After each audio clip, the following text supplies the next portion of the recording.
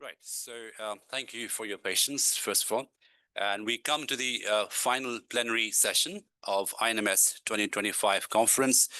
And as with the first two plenaries, we have a phenomenal scholar who's going to offer a very, very interesting piece on things which are very familiar to us. So he'll talk about Indian writers, Indian authors that we all know, but interestingly, their transcultural reception in Iceland. So we've got to hear some very fresh insights. Like, for instance, I got to hear for the first time as a Bengali, a native Bengali speaker, that Rabindranath Tagore was a superstar in Iceland right after his Nobel Prize. And we are talking about Professor Benedikt Hjartarson, who is a professor in comparative literature in the School of Humanities and Icelandic and Comparative Cultural Studies.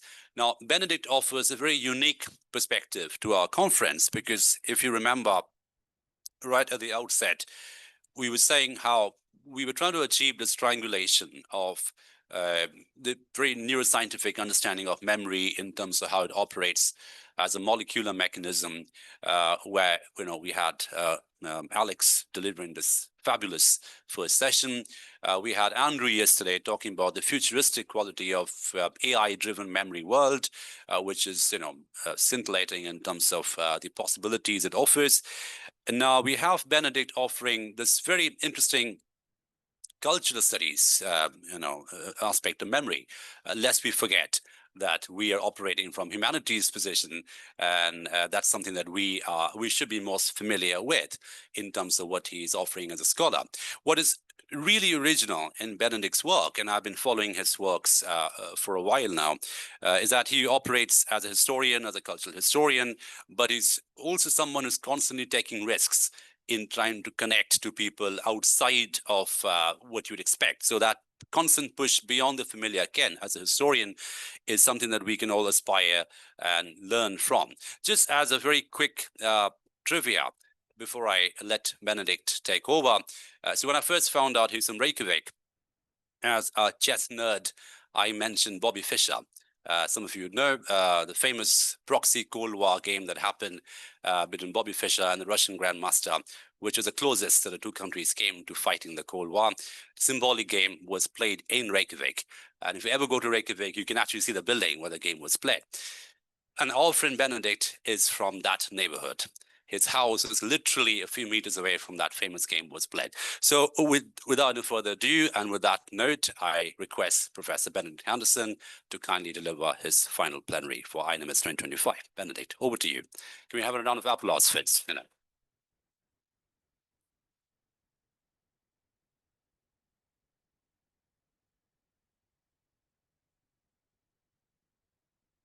Thank you for the introduction, and thanks again for the invitation. I'm delighted and honored to be here.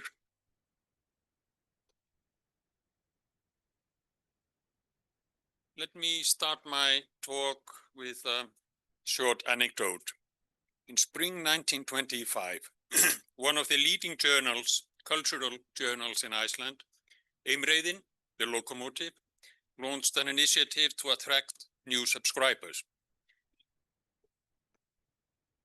In order to achieve that goal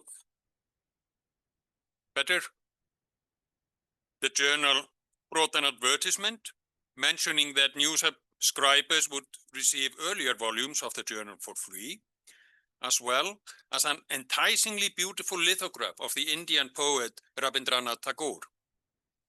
The anecdote, which is the first of three such anecdotes that I will fall back upon today to introduce the different parts of my paper, tells us a certain story about the popularity and status of Tagore within the Icelandic literary field in the mid-1920s.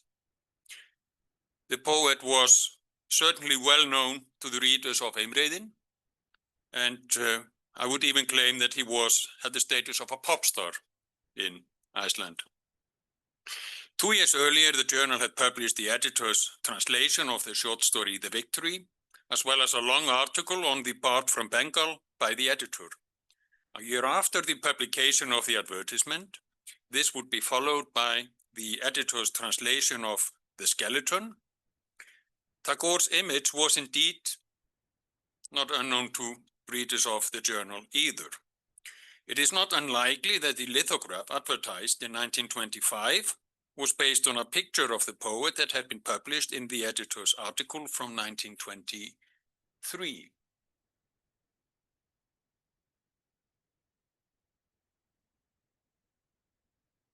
So this one.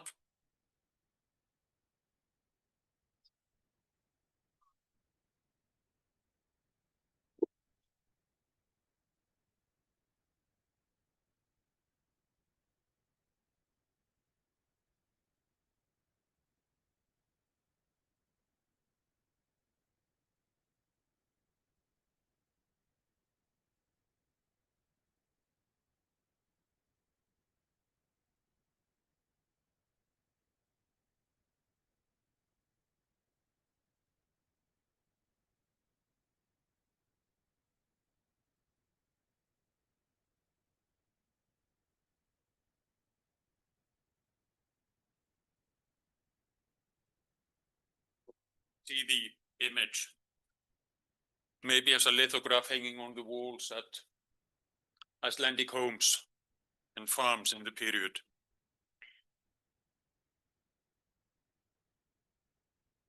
The readers will also have become acquainted with Tagore's writings through other publication channels. The first book in Icelandic was Magnús Á. Árnason's translation of the Gitanjali from 1919 as Ljóðfórnir, which was followed by his translation of Farfuglar or Stray Birds in 1922. There we can see the three poetry collections that have appeared in Icelandic, the two earlier ones and the third one from the 60s. Readers will also have come across various translations of Tagore's poems and short stories in other journals and magazines in which his works appeared regularly. I will not dwell long on Tagore's popularity or impact on international literature in the first decades of the last century. I reckon his international reputation and status in the period is well known to all of us who are gathered in this lecture hall today. It may suffice to refer to Amit Chaudhuri's description of Tagore as the first global superstar or celebrity in literature. Yet Tagore's works are also among those who have to a large extent fallen into oblivion in the Western historiography of world literature. To mention one example, Tagore is mentioned only once in David Damrosch's standard work on world literature from 2003, and that rather briefly. He refers to the words of sinologist Stephen Owen, citation, "Who now reads Tagore? He is a bargain that fills the shelves of poetry sections in used bookstores." There are certainly signs of a renewed interest in Tagore's works in recent years, yet this citation sheds light on the oblivion into which his works may be said to have fallen. It was against this background that I first started looking into the reception history of Tagore in Iceland, as one of the foreign authors whom I had regularly come across in cultural discussions of the interwar period. My original aim was to give a short lecture to recall Tagore's popularity and his more or less forgotten role in Iceland during that period. In the standard 5-volume history of Icelandic literature from 2006, for example, Tagore's name is nowhere to be found. In a more recent literary history in 2 volumes, his works are indeed briefly mentioned, linking the publication of Gitanjali in Icelandic to the interest in Eastern spirituality and the popularity of Tao Te Ching, which appeared in Icelandic in 1921. That's all. Tagore's writings thus find their place at the margin of Icelandic literary history as works that were en vogue during a limited period, but had no lasting effect on Icelandic literature. Tagore appears as an Oriental poetic guru, merely of historical interest, doomed to oblivion or to a future in the footnotes of literary historians. Although I was aware that his works had played a more important role than usually claimed, I was indeed astonished when I started mapping his reception in Iceland.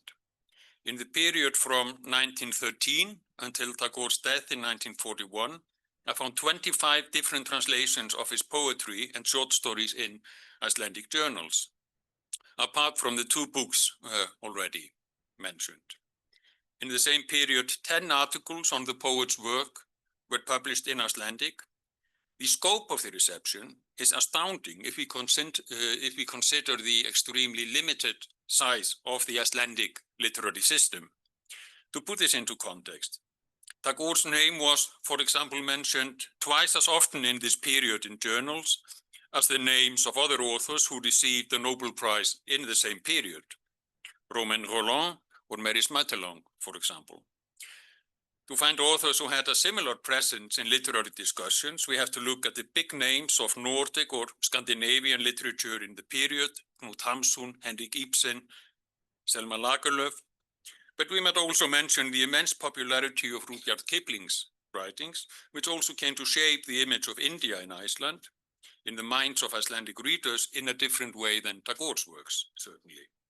Another author of interest whose reception in Iceland sheds light on the complex interconnections between literature and Eastern spirituality would be Krishnamurti.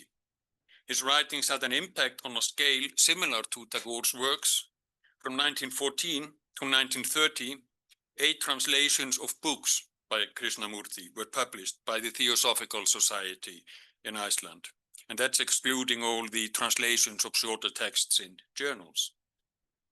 Tagore's writings indeed belong to a complex web of different texts that revolved around the image of India and the Orient more broadly. The first works of Indian literature in Icelandic were Shakuntala, Savitri, and Nalen Damayanti, which had been translated from German in the late 19th century. These publications were followed by Sigurður Kristoffer Pétursson's translations of the Bhagavad Gita in 24, which was based on Annie Besant's English translation. A closer look at the translations of Tagore's works reveals an interesting pattern. In the period from 1913 to the publication of Gitanjali in 1919, the translations mostly appeared in journals of the emerging women's movement in Iceland, as well as in journals aimed at the younger readership, and finally in organs of the Theosophical Society. In the 20s, his works start appearing in leading cultural journals, such as Eimreiðin, mentioned before, and Iðunn. This reflects their stronger status within the literary field, I would claim. We can also see that it becomes a rule to mention the names of the translators, and loose translations of Tagore's writings become less common. Around 1930, we can see a second shift then. Tagore's writings disappear from the mainstream cultural journals, and their publication is mostly restricted to organs of the Theosophical movement. An article from 1929 by the later Icelandic Nobel laureate Halldór Laxness may have played a role in that process. At least it can be seen as symptomatic of the turn in Tagore's reception. The article was written during Laxness's turn toward revolutionary socialism in the period, and he is highly critical of Tagore's work.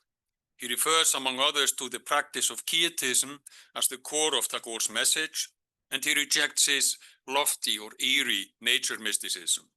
In a way, Laxness's article sealed Tagore's image as a spiritual sage from the East, bluntly describing him as, citation, an accessible, almost holy aesthetic symbol, bringing us his message with alien songs in a violin-like voice. These are the words of Laxness in the article.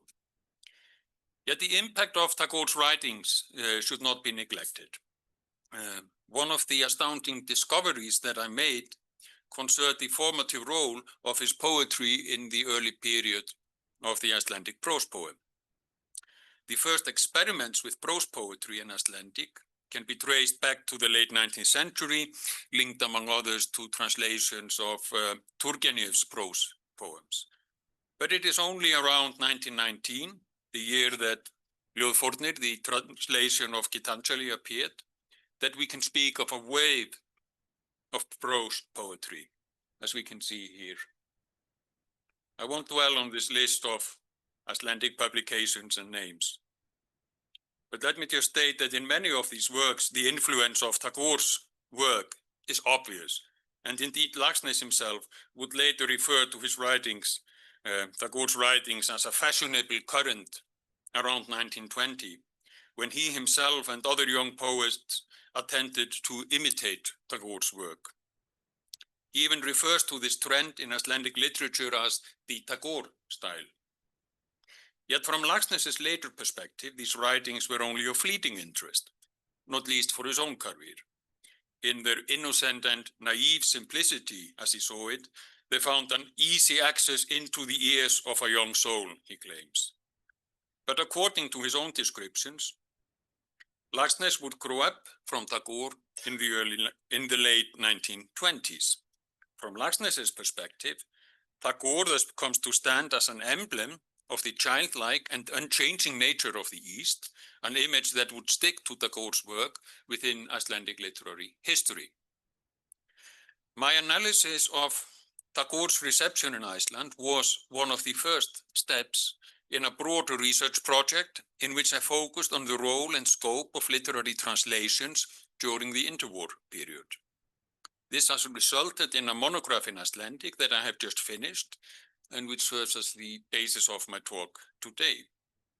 One of the things that aroused my interest was the heterogeneity of translated works in the period, and not least the presence of marginal and smaller national literatures, as well as the names of forgotten authors. In an article that I published with 3 colleagues in 2023, we decided to put together a list of those authors who had the most book titles published in Icelandic translations in the period from 1918 to 1944. And this is how it looks. This also shows, of course, the importance of new digital archives and what they enable us to do. I mean, a lot of the work that I have been doing is based on the access to the information that is stored in these digital archives. And in this article, it was crucial for us that we gained an access to the digital archives of the National Library and could work with that. But if we look at the list, we can see that at the top of the list sits the British author Charles Garvis, followed by authors such as Margit Rán. Who is Margit Rán, we might ask? I also asked that myself, a Norwegian author of literature mainly aimed at a younger female readership in the period. Edward Phillips Oppenheim, as well as better known authors Hans Christian Andersen, Jack London, Arthur Conan Doyle, Edgar Rice Burroughs, and Muska Orji. We can see glimpses of the popular literature that has played an important role within literary systems at all times. But we also see works that are more properly labeled middlebrow. That is, ambitious works aiming at a broader readership, or we might say moderate modern literature, works that tend to be overlooked when the history of literary modernity is traced in terms of a conflict between tradition and rupture, or radical renewal between realism and modernism. The key questions in my approach, which focuses on the often forgotten and invisible role of translations in national literary historiography, were, I will formulate 2, what works of the past need to be forgotten in order for literary history as we know it to be written and accepted? Secondly, who are those authors that we do not necessarily need to know and sit at the margin of that history, alongside the authors whose works we need to know, read, and study? The result was a book on what we might call the chaff of world literature, focusing on the side issues of literary history, the fashionable trends and the exceptions, those works that do not fit into the history, even when it is rewritten. Those works that are better left unmentioned because they only distract, shift the focus. And finally, those works that need to be mentioned as important in certain periods, only to underline that they had no lasting impact. To put it shortly, the result was a monograph that attempts to challenge both the unconscious and deliberate forgetfulness of literary history, its selective memory, we might say. Or from another perspective, the result was a history of international modern literature in the early 20th century that barely mentions, if at all, the works of, say, Proust, Joyce, Woolf, Rilke, Mann, Kafka, Eliot, or Pound, but turns the attention to forgotten authors whose works played a considerable role in discussions of world literature in Icelandic and in the international context during the period. Tagore, Peretz, Kish, Gorky, Barbus, Sienkiewicz, Baki, Smedley, Stamatov, Nexu, Orteskova, Traven. Most of you will know some of these names, whereas others probably leave you with a blank question mark, as they left me at the beginning of my research. Works by all of these authors appeared in Icelandic translations in the early 20th century. Some of them played a prominent role, others were the authors of single short stories, poems, or literary reportages that appeared in journals. The years between 1918 and 1944, which marked the period from the sovereignty of Iceland in 1918 to its full independence from Denmark in 1944, were indeed marked by extensive translation activities. I would also describe this period as the hour of birth of two important and related identities and roles within the Icelandic cultural field: the Icelandic cosmopolitan and the Icelandic political internationalist. The role of artists and intellectuals in the new sovereign nation state was to contribute to the construction of a powerful modern Icelandic culture. And an important part of that project was to introduce those international currents that might be of benefit in that process. I would describe this as the civilizing mission of Icelandic intellectuals in the period. It revolved not only around the connections between the national and the international, around preserving local traditions and linking them to international modernity. It was also about embracing the healthy or auspicious currents of modernity, but fending off the corruptive or degenerating ones. In an article on translations from 1919, Sigurður Nordal, one of the key intellectuals in the country, expressed his deep concern about the status of book publications in Iceland, dividing the nation into three groups. Those, firstly, who read only the newspapers. Secondly, those who only read trash of the worst kind, the feuilletons of the newspapers, or even worse. And thirdly, those who try to remain content with the national literature and close their doors for any influence from the outside world. None of these options is good, he declared, stressing the important connections between the national and the international and the key role of quality translations of important works of scholarship and world literature. One of the things that caught my attention in the period that followed was the role of works by Central and Eastern European authors. An interesting development can be seen in a graph that was published in the article that I wrote with my colleagues in 2023, in which we gained access to the digital archives of the National Library. No, it's actually here on your right side, where we were collecting statistical information about the history of book publications in Iceland. The graph shows the number of translations from different original languages in the period. The most obvious trend can be seen in the orange line, this one here. This line shows the increased number of works originally written in English.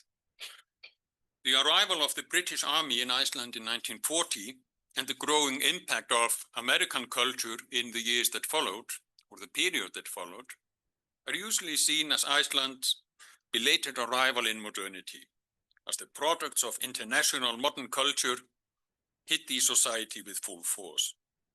The graph also shows, if you look at it, that English was indeed the most common original language of translated works throughout the whole period.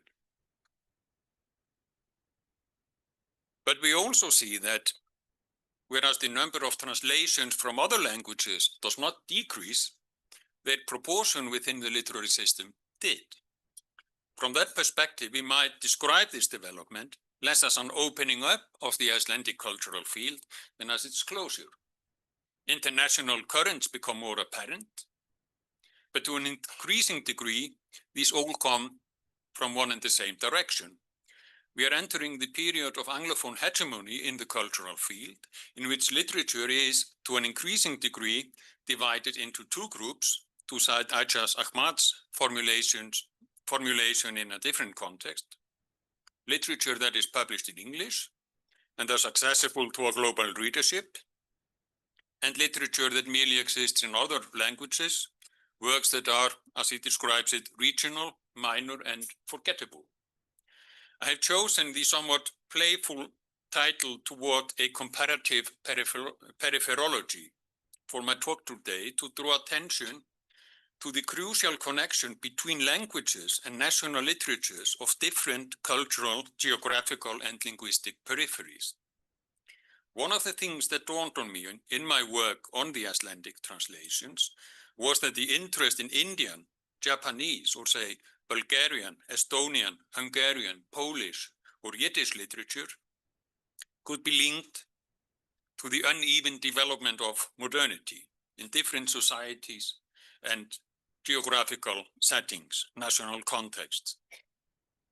Icelandic readers could more easily mirror themselves in literary works rooted in societies that were going through similar stages in the development from rural social structures toward urban modernity and struggling to find their place within a new capitalist market economy than they did in the works of the bigger European national literature.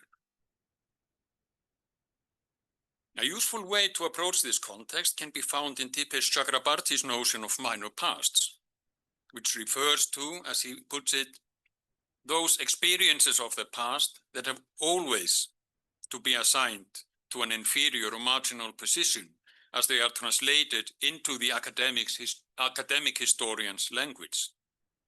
Yet these minor pasts need to be seen less as remnants of a world that is doomed to disappear in the process of modernization than as ways of being, ways of surviving and finding one's place in the maelstrom of modernity. It is in this sense that I chose to turn my attention to the Icelandic translations of the interwar period and the forgotten histories they embody, not only to bring forth dusty books by forgotten authors, but to see these works as a living element of our contemporary culture, works that entered Icelandic literature at a certain point of history and shaped its future, and that continue to shape its future as traces of the past. As Theodor Adorno once noted, whatever was once thought can be suppressed, it can be forgotten and can even vanish, but it cannot be denied that something of it survives. Let me now lead into the second part of my talk. In 1938, the German revolutionary author Alberto Distel arrived in Iceland, where he would remain in exile for the last 17 years of his life without ever leaving the island again. During that time, he would only be able to publish less than half a dozen of short prose texts, either in German or in Icelandic translation.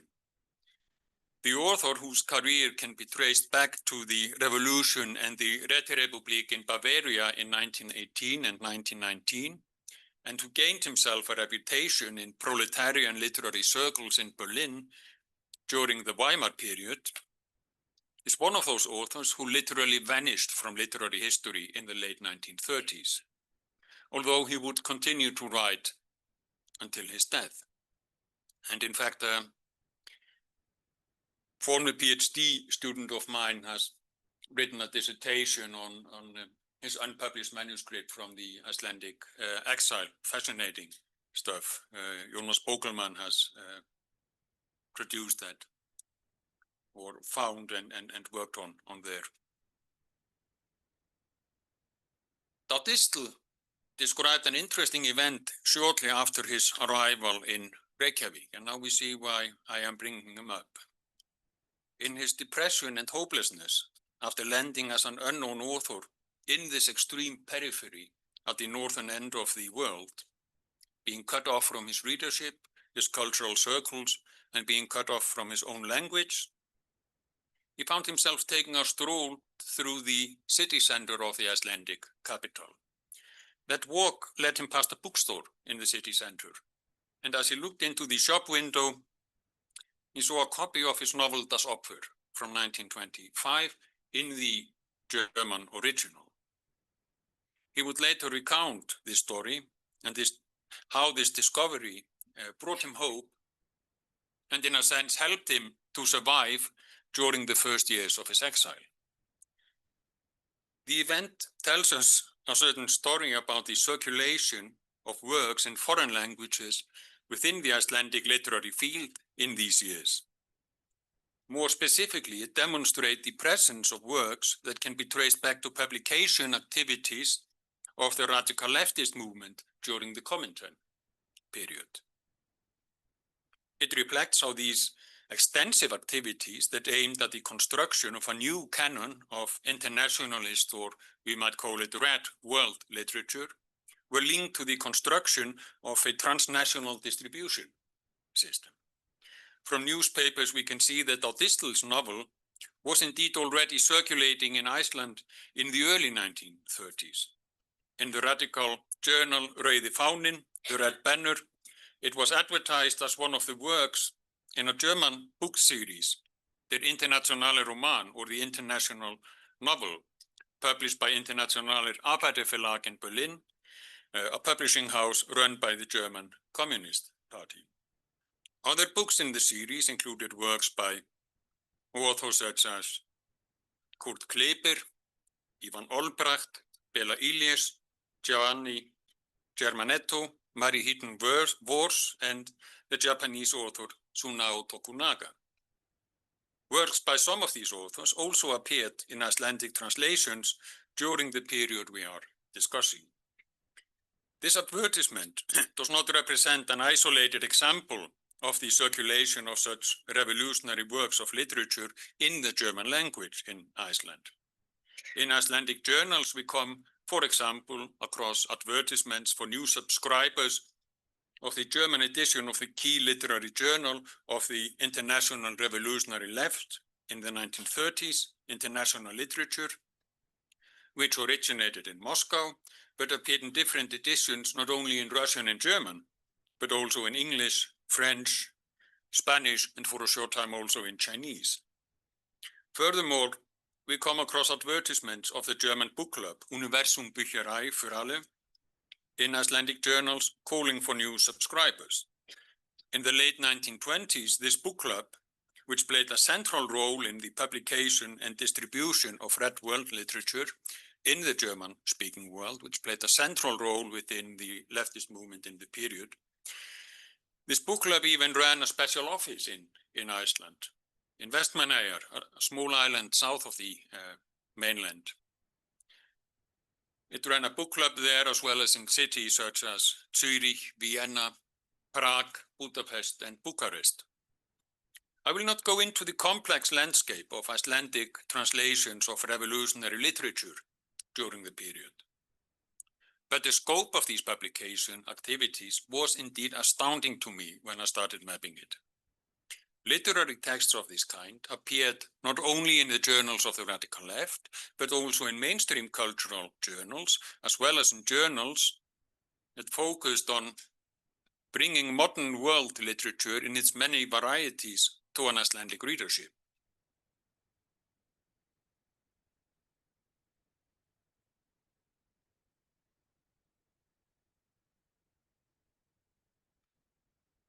These are the advertisements that I mentioned earlier.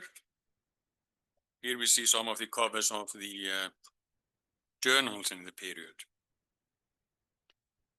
One of the things that caught my attention when looking at these publications was the limited number of translations of Russian and Soviet literary works during this period, especially in the organs of the radical left, which surprised me. Other currents of internationalist literature, in fact, played a more dominant role in the period, which contests the view that revolutionary authors and intellectuals followed initiatives from Moscow in submission or blind faith. The key authors in the new canon of Red World literature that took shape in Icelandic were Maxim Gorky, Martin Annesen Nexø, the Danish author, and Upton Sinclair. But we also come across a number of translations of shorter text by authors such as Henri Barbus, Bella Ilias, Anna Segers, Arnulf Överland, and Karin Michaelis, as well as a number of reportages by authors such as the German author and journalist Egon Erwin Kisch and Agnes Medley.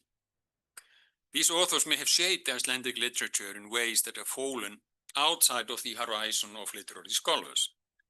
Finally, I would here mention the different literary currents and publication platforms of the 1930s during the period of the Popular Front, the late 1930s, with its call for a broad alliance of leftist and bourgeois authors against the growing threat of fascism.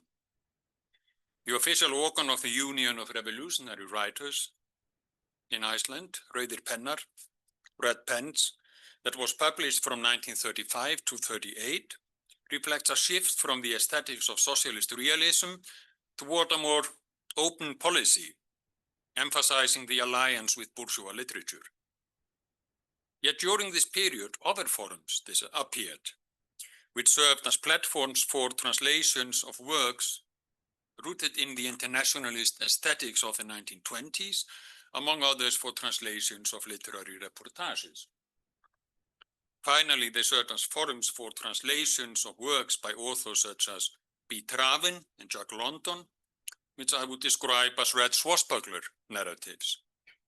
Works describing the life and vagabondage of the global lumpen proletariat, which Marx and Engels famously described as the dangerous class, or the social scum that passively rotting mass thrown off by the lowest layers of the old society, as they put it, which had neither a role to play in the idealist aesthetics of socialist realism, nor in the respectable modes of literary production called for during the period of the Popular Front. This brings me to the third and final part of my talk, which I would like to open by mentioning one of the first, if not the very first translation of a Japanese literary text into Icelandic. In 1935, the journal Nýja Konan, or the New Woman, organ of the women's fraction of the Icelandic Communist Party, published a short story with the title Hungur Hamingja, Hunger Happiness, without mentioning its author. At the end of the text, we find a short note informing that the story was translated from a journal called Marshu, or Forward. A journal, as it says, of proletarian Esperantists in Kobe, Japan. Now, Japanese literature entering the cultural field in Iceland through a translation of proletarian women's literature originally published in the universal language of Esperanto in Kobe, Japan. This is obviously a case for what I have here called comparative peripherology. Indeed, the journal Marshu was not one of the big journals of Esperantism in Japan, but one of the very small clandestine journals that local groups started publishing after the persecution of proletarian Esperantists started in Japan and the proletarian Esperanto movement in the country was dissolved in 1934. A closer look at Nýja Konan and other journals of the radical left in Iceland shows that the Japanese short story belonged to a web of different texts translated from Esperanto, describing the life and struggles of the global proletariat. Of central importance was the so-called workers' correspondence, organized by something called PEC, a special department of the Soviet-based Esperanto movement, which played a key role within proletarian Esperantism. In the Icelandic journals, we come across, for example, a letter describing the daily life of women in weaving factories in China, and a letter from fishermen in Archangelsk to their Icelandic colleagues. Within the proletarian movement, this kind of workers' correspondence became a genre in its own right, and it also fed into literary or aesthetic narratives, aiming to describe the struggles of the world proletariat. This was not the only example of new literary currents or texts from unexpected directions entering the Icelandic literary system through the universal auxiliary language of Esperanto, a constructed language that was introduced by the Russian-speaking Jewish ophthalmologist Ludwig Leiser-Zamenhof in 1887 in order to facilitate international or transnational communication and contribute to the mutual understanding of different nations, ethnic groups, and linguistic communities. Another interesting case is a book chapter on the literature and culture of Lapland in northern Sweden, which appeared in Icelandic in 1937. The chapter was taken from a travelogue by the Esperantist Laxmis Varsinia, a disciple of Tagore and teacher at Shantiniketan, who had indeed visited Iceland a couple of years before. Descriptions of the Arctic regions of Scandinavia reaching Icelandic readers through a text written by an author from Bengal in Esperanto. This is obviously another case of the often peculiar pathways of texts within the transnational literary system of Esperanto. As a third example, I would mention the first prose text in Icelandic that was published under the label of the European avant-garde movements of the early 20th century, a text that appeared in 1927. What we have there is a short story described as an expressionist short story by the Estonian author Henrik Alari. Who is Henrik Alari? I asked myself as I came across this one first. The text was originally written in Esperanto and published in the literary organ of the World A-National Association, a radical fraction within the Esperanto movement, which served as a joint forum for Marxists, anarchists, syndicalists, and social democrats from the early 20s to the late 1930s, when it lost its leading role after Soviet Esperantists left the association and formed their own international association shortly before the activities of the Esperanto movement in the Soviet Union came to an abrupt end in the period of the Stalinist purges.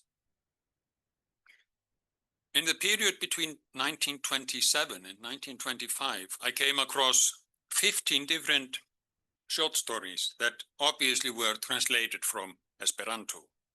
At least I feel comfortable enough to claim that at least these texts were translated from Esperanto.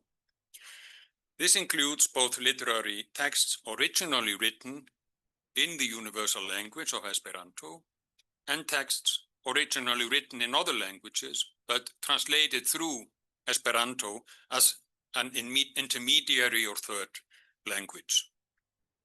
The translations of the literary texts written originally in Esperanto primarily had the aim to introduce the key authors of the movement and of the emerging literature of the language and to demonstrate its potential for literary expression.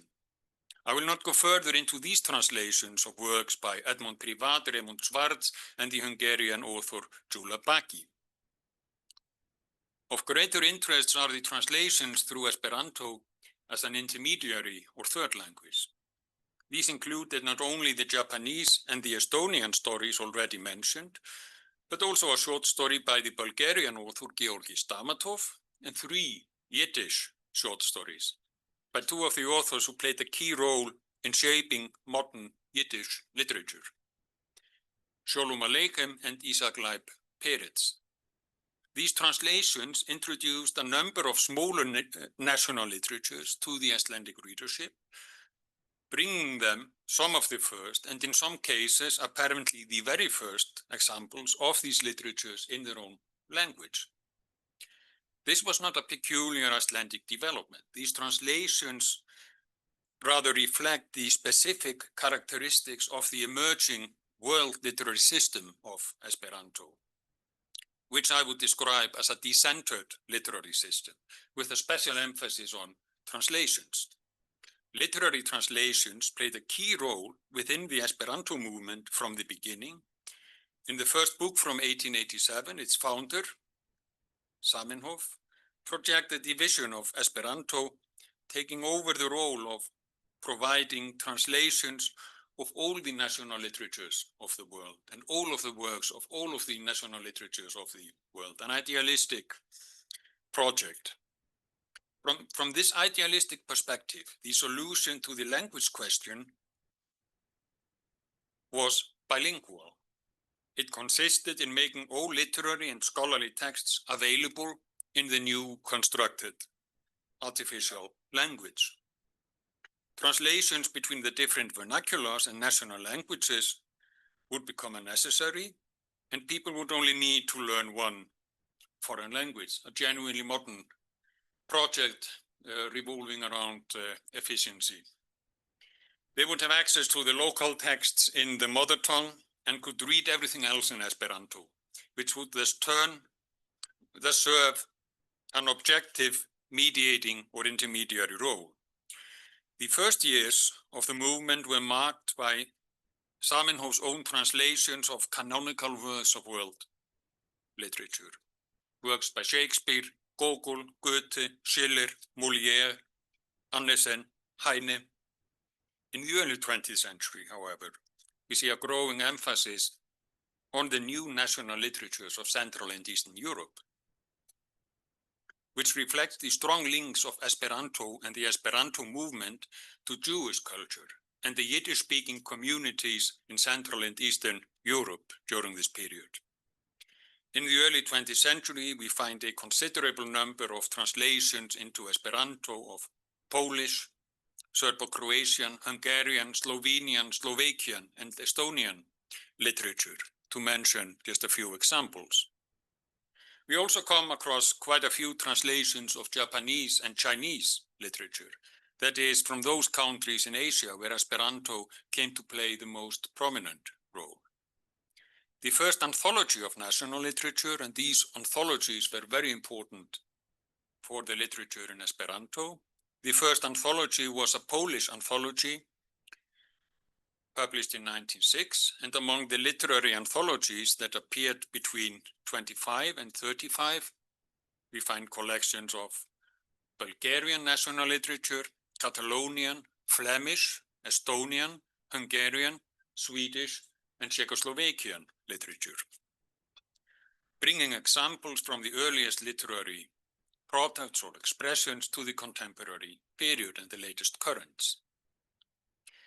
One of the things that may strike us here is the absence of the big national literatures of Europe. There is no anthology of English, French, German, Spanish, or Russian literature. Works originating in those national literatures could certainly be found in journals as well as in books published in Esperanto. Yet these anthologies obviously played the role of emphasizing the importance of smaller national literatures and making them accessible to a new transnational readership.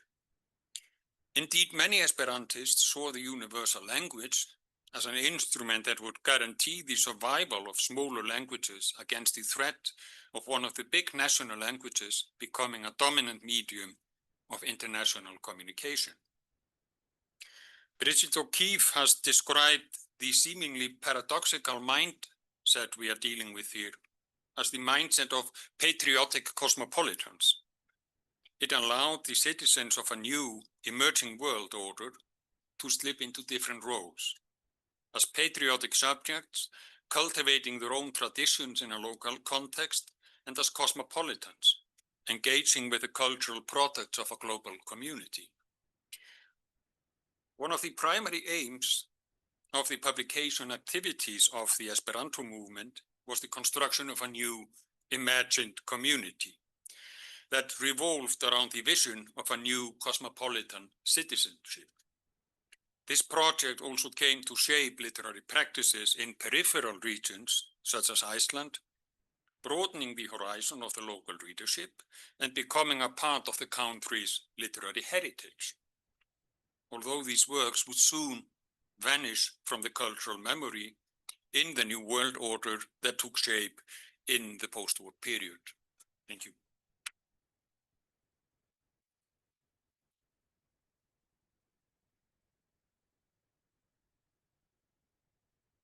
Thanks very much, Benedikt. That was an absolute treat. And as you said, I'm just going to quote you the peculiar pathways of memory that operate through the interplay of the tangible and the intangible, because you think of the affective quality of literature as storytelling, affect emotions, and how that creates, I'm curious to know, the Tagore style in Iceland.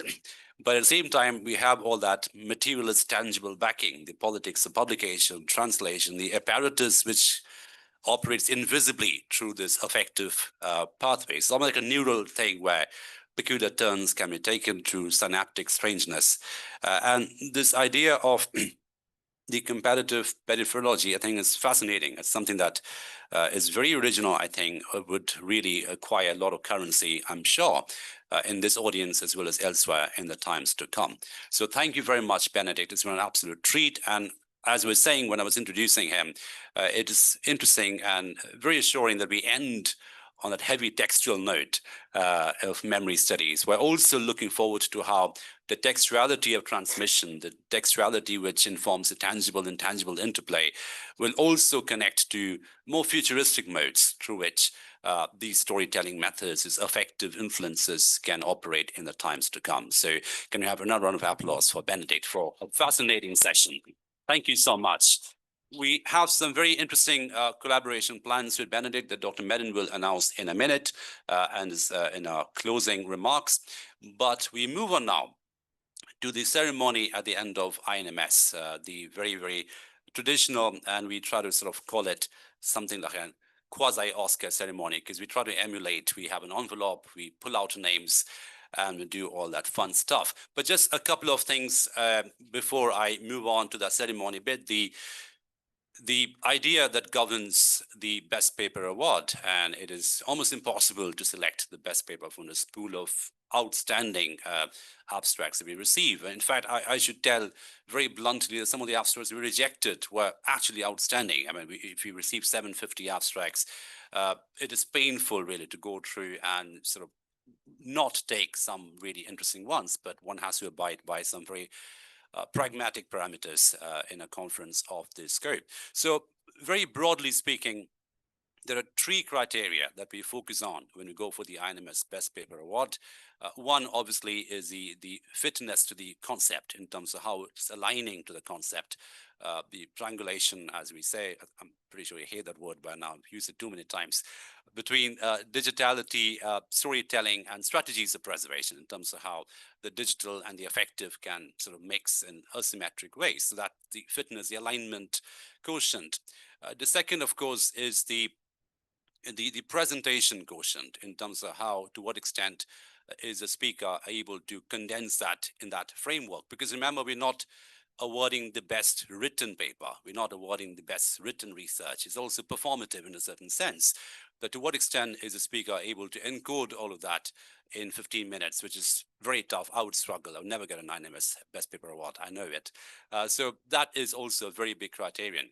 The third, and perhaps the most interesting, is the futuristic quality of that research. To what extent can it lead memory studies forward, not just reiterating in very elegant ways which have already been done, but offering something which connects very provocatively, futuristically in the times to come. So that is, broadly speaking, the criteria.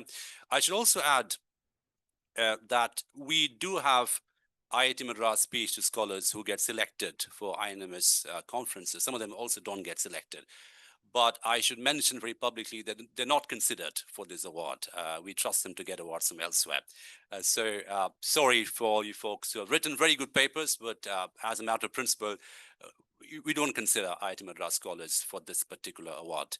It is painful, but that's something which is to do. So without any further ado, we will move on to that performative ceremonious thing. We will invite our three brilliant plenary speakers to kindly take this place on the stage, and we will give them three envelopes and we'll ask them to pull out the names. So Alex and Andrew, if you could kindly come on the stage. So we decided to go with Alex first. He's had a day of rest, so we could kick off with him. So we'll give him an envelope and he'll pull out his name, and we will ask that person to kindly come up. Alex, if you want to announce. Okay, let's see. First name is Gunjan Joshi, PhD Research Scholar, IIT Indore.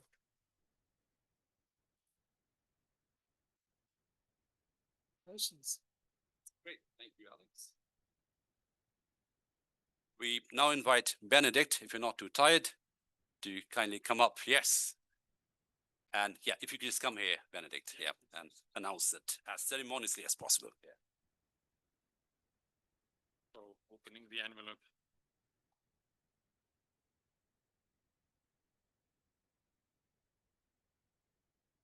Anmana Bhattacharya, PhD Research Scholar, Rice University.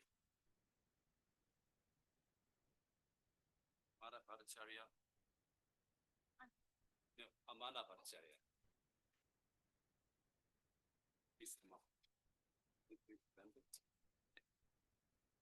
Lastly, we would invite Andrew to kindly come up and announce his name.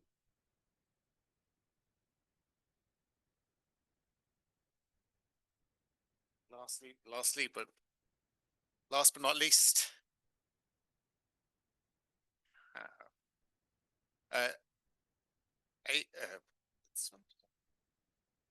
that's what I was thinking here.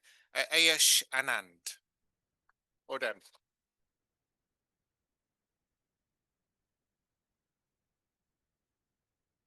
So I should add, we shortlisted 5 people for this very competitive award, and we just got the final 3 names this morning, I think, which is why it is handwritten. Even we notice we didn't have time to go out and print, so the final selection committee names appeared around 11ish this morning, so literally last minute.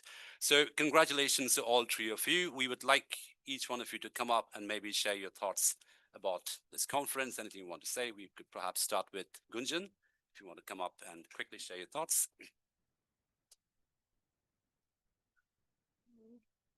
Good afternoon, everyone. Am I audible? Yeah.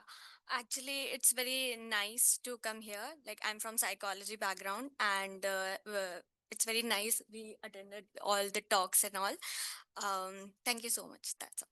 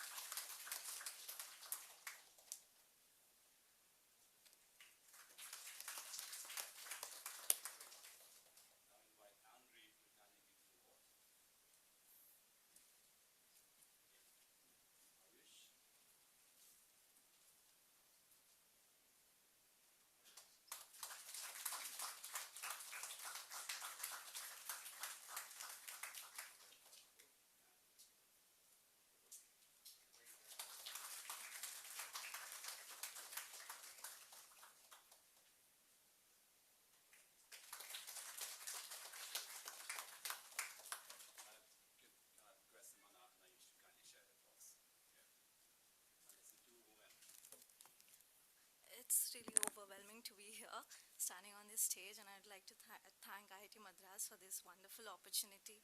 And of course, my college, my colleagues for whom I'm here, and my parents. So yeah, that's all. Thank you all.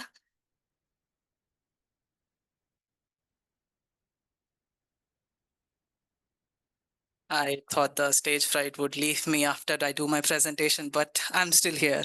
So I just want to thank Center for Memory Studies and IIT Madras for this opportunity. And it's the funny part is it's my first ever conference as a PhD scholar. And I'm really happy that I'm here, and it feels quite overwhelming at this point. So I want to thank you everyone once again. So thank you so much.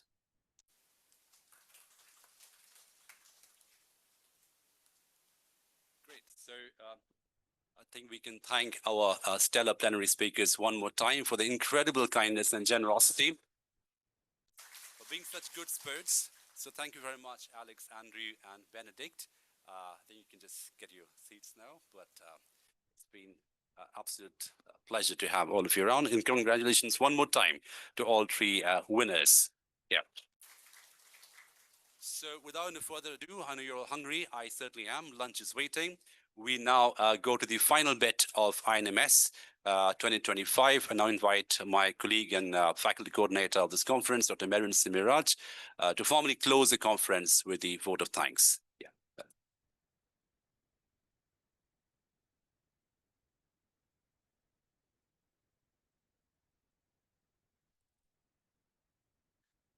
It would be redundant to thank you all again, because you all own this conference. A big round of applause to all of us who've made it possible.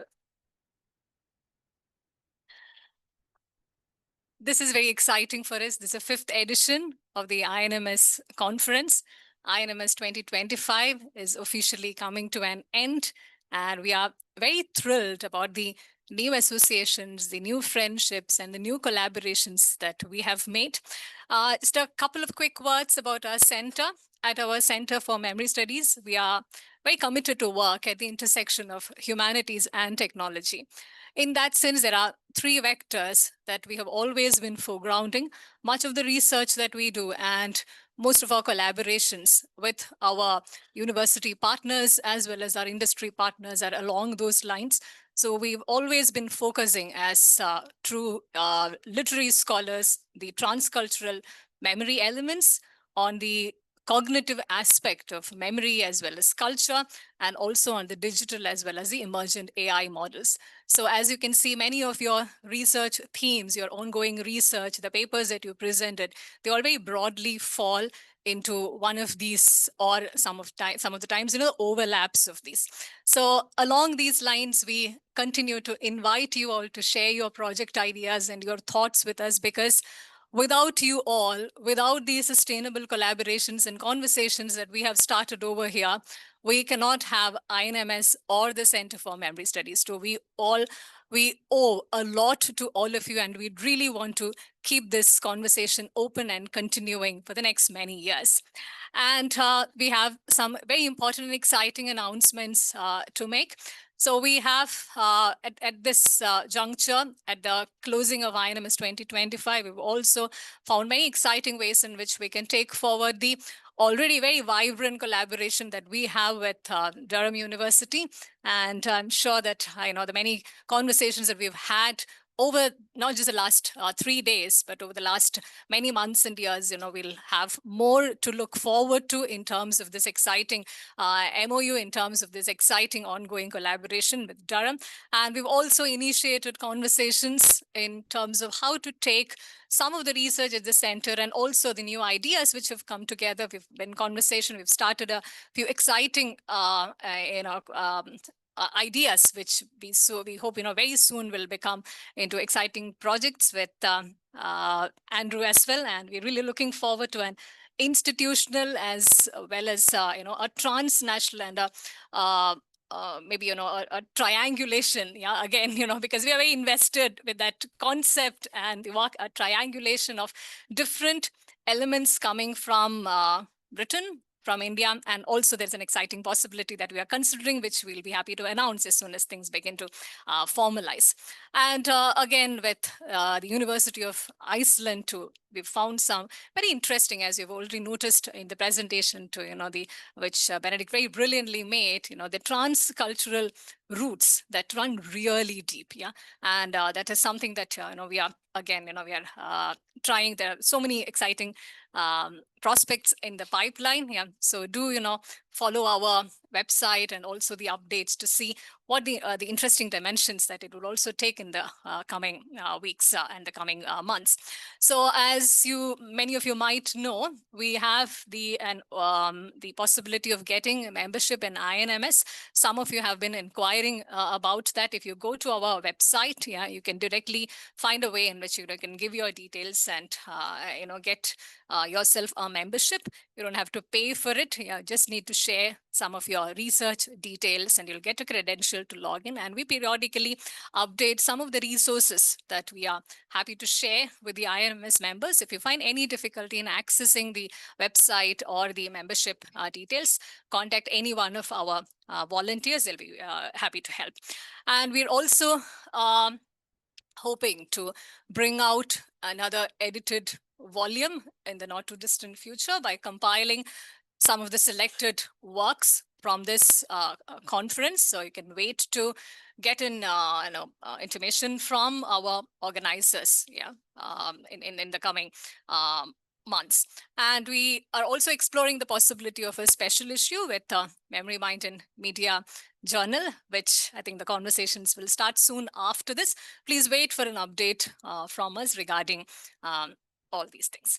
So we have a few people as well as certain bodies within this stellar institution to thank, starting with our very visionary director, Dr. Professor V. Kamakoti, and also the ICNSR team, the Global Engagement Office, the NPTL team who've been supporting us with a number of resources here, the Department of Humanities and Social Sciences. Some of our students are, even the MA students are here to help us out with the entire process too. The code team, the De Gruyter Brill team, some of their representatives were here the last couple of days. And also Skillscapes Private Limited, our incubated startup company in the IIT Madras Research Park, and also Ramada Plaza. So we have a stellar organizing team here with us, in which is a group of our very dedicated research scholars and some of our MA students. I would like to take this time to read out their names and acknowledge the very sincere and committed and sometimes very silent effort that they have been putting in the last many days. Srijani, Aditi, Govinda, Sapan, Nandana, Punya, Devika, and Rudranj. These are our MA students and our scholars from the Center for Memory Studies.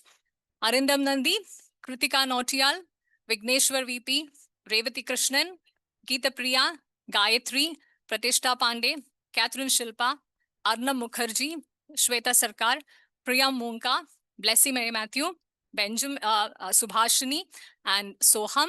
And also Benjamin is part of our tech team, and he's been helping us with all the media and tech related activities in the last couple of years. Yeah. So we would like to thank all of you, and we take this time to give you a big round of applause on behalf of the center and the entire participants. Yes. So we have this tradition at the end of every INMS conference. We try and, like a teaser, we would start talking about the next year's theme. So next year, we are aiming to have a theme around, of course, memory and heritage. Yeah. So you all can, start thinking about which are the ways in which you can come up with an abstract related to heritage. If not, you can start a new research area, which you could come here and, your paper might find a home here and you can, discuss those ideas. So please wait to hear from us about more details. The photos will be shared in a drive as we always do. You can wait for an email from us. Your the copies of certificates that also will reach you in due course. Right. So if you have any queries in between, you can either meet any one of us, the organizers, or write to us.